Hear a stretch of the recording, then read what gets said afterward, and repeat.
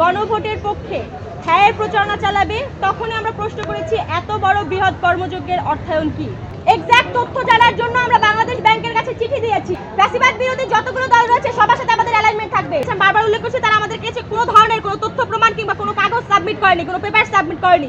সরাসরি 4 জনকে এখানে বসানো হয়েছে, যার মাধ্যমে এটিকে দলীয়করণের চেষ্টা করা হয়েছে এবং এই অরাজনৈতিক প্ল্যাটফর্মকে দলীয়করণের যে ঘৃণ্য প্রচেষ্টা সেটিকে আমরা ঘৃণা বলে প্রত্যাখ্যান করেছি এবং এই অপচেষ্টা কোনোভাবেই বৈষম্যবিরোধী ছাত্র আন্দোলন বরদাস্ত করবে না। এবং আপনারা যেটা বলেছেন যে টাকার বিষয়টি আমি আবার উল্লেখ করছি যে কত টাকা পেয়েছে তারা মৌখিকভাবে বলেছে এবং সেটি সামঞ্জস্যপূর্ণ নয় এবং আমরা বিশ্বাসযোগ্য নয়। এক্সাক্ট তথ্য জানার জন্য আমরা বাংলাদেশ ব্যাংকের কাছে চিঠি দিয়েছি। আশা করছি খুব দ্রুত তারা উত্তর দিবেন এবং তার প্রেক্ষিতে পরবর্তী প্রেস ব্রিফিং এর মাধ্যমে আমরা কি পদক্ষেপ নিব, আইনিভাবে কিভাবে আগাবো আপনাদের সামনে তুলে ধরবো। ফ্যাসিবাদ বিরোধী যতগুলো দল রয়েছে সবার সাথে আমাদের অ্যালাইনমেন্ট থাকবে। তার মানে এই নয় যে আমরা কোনো একক রাজনৈতিক দলের পকেটে ঢুকে গিয়ে বসে থাকবো, তাদের এজেন্ডা বাস্তবায়নের জন্য বৈষম্যবিরোধী ছাত্র আন্দোলনকে ব্যবহার করতে দিব।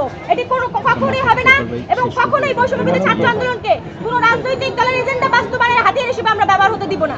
গণভোটের পক্ষে হ্যাঁ প্রচারণা চালাবে, তখনই আমরা প্রশ্ন করেছি এত বড় বৃহৎ কর্মযজ্ঞের অর্থায়ন কি। আমরা শুরু থেকেই প্রশ্ন করে আসছি, বারংবার প্রশ্ন করেছি, কিন্তু তারা আমাদেরকে উত্তর দেয়নি। তারা আজকে একটি আমাদের সংবাদ সম্মেলনের কথা শুনে তারা একটি ফেক নিউজ ছড়ানোর চেষ্টা চলছে যে আমরা তাদের কাছে কোনো ধরনের টাকা পয়সা ডিমান্ড করেছি। আমরা চ্যালেঞ্জ করে বলছি তারা যদি এই সংশ্লিষ্ট কোনো ধরনের তথ্য প্রমাণ দিতে পারে যে আমাদের মধ্যে থেকে কেউ এখানে যারা বসে আছি একটা পয়সা দাবি করেছি, তাহলে আমাদের বিচার জনগণ করবে, আমাদের বিচার বাংলাদেশের আইন করবে, আমাদের বিচার আহত শহীদ পরিবার করবে। আমরা কোনো ধরনের কোনো নেগোসিয়েশনে বসিনি। আমাদের সাথে বারংবার ফোন দিয়ে তারা নেগোসিয়েশন করার চেষ্টা করেছে। আমাদেরকে বিভিন্ন ধরনের এখানে যারা আছি আমাদের জেলা কমিটি থেকে শুরু করে বিভিন্ন কমিটিকে নানা ধরনের ভাবে ফোন দিয়ে প্রেসারাইজ করেছে যাতে তারা এখানে না আসে। এখানে যারা আছি তাদেরকেও নানাভাবে বিভিন্ন ধরনের প্রলোভন দেখানো হয়েছে। তারপরও সর্বশেষ আমরা দেশ ও জাতির কাছে দায়বদ্ধতা থেকে এই যে আর্থিক অনিয়ম, লুটপাট, এটির বিরুদ্ধে কথা বলতে, দেশ ও জাতিকে জানাতে, তাদের সাথে সত্য উন্মোচন করতে আজকে আমরা আপনাদের সামনে হাজির হয়েছি এবং আমরা আইনিভাবে আগাচ্ছি। এটা আপনারা দেখতে পাচ্ছেন যে ফান্ডের বিষয়ে কেন তারা এত গোপনীয়তা রক্ষা করছে, তারা আমাদেরকে কোনো ধরনের সদুত্তর দেয়নি। বরং তারা বারবার উল্লেখ করেছে যদি আমরা ফান্ড রিলেটেড ইনফরমেশন জানতে চাই, তারা মৌখিকভাবে জানিয়েছে, কোনো ডকুমেন্টস আকারে না। তারা মৌখিকভাবে জানিয়েছেন, বারবার উল্লেখ করছে তারা আমাদের কাছে কোনো ধরনের কোনো তথ্য প্রমাণ কিংবা কোনো কাগজ সাবমিট করেনি, কোনো পেপার সাবমিট করেনি।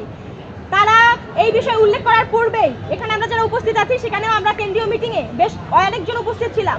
আমাদের সকলের কাছ থেকে সেই কেন্দ্রীয় মিটিংয়ে আমাদের সিনিয়র যুগ্ম সাধারণ সম্পাদক মাশরাফি সরকার ভাই উপস্থিত ছিলেন, আতিক শাহরিয়ার ভাই উপস্থিত ছিলেন, আমি উপস্থিত ছিলাম।